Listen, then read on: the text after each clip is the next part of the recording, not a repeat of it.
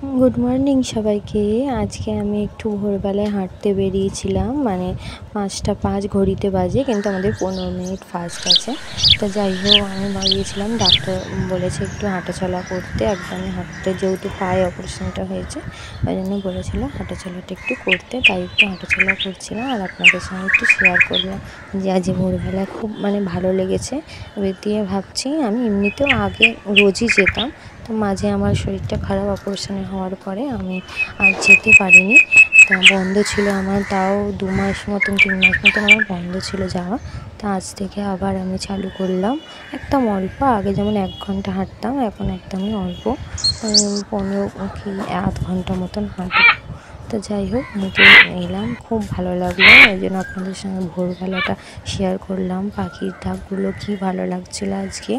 তা আমি দেখি আমি অন্যদিন আরেকটু ভালোভাবে পার্কটা ঘুরিয়ে দেখাবো, যে আমি যেই পার্কটায় যাই, খুব সুন্দর পার্ক সেখানে, সেটা খুব ভালো লাগে পার্কটা। তারপরে তো আর কি, এটা রবীন্দ্রনাথ ঠাকুরের একটা স্ট্যাচু। যাই হোক, হাঁটা চলা হচ্ছে, এটা একটা জামরুল গাছ, জামরুল নিচে পড়ে আছে, জামরুল গাছ, এটা পার্কের মধ্যেই রয়েছে।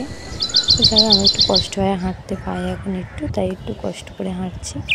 তারপরে তো ব্যাস বেশিক্ষণ হাঁটিনি, আমার বর বলছে বেশি হাঁটতে হবে, আমার পায়ে লাগবে, তাই আমি চলে এলাম তাড়াতাড়ি, আধ ঘন্টা মতন হেঁটে চলে এলাম বাড়িতে।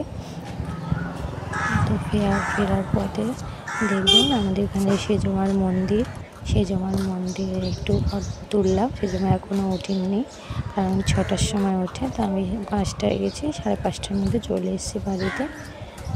ব্যাস এই আর কি। বরকে একটু নিয়ে যাই, একটু শরীরটা ভালো নেই, তারপরে বহুত এখানে খুব কুকুর, এখানে একটু ভয় লাগে, তাই আমি একটু নিয়ে যাই ওকে। ব্যাস এই বাড়ি ফিরে চলে এলাম, বর তাড়া খুলছে, আমি ঢুকবো। ব্যাস, ভালো থাকবেন, টাটা।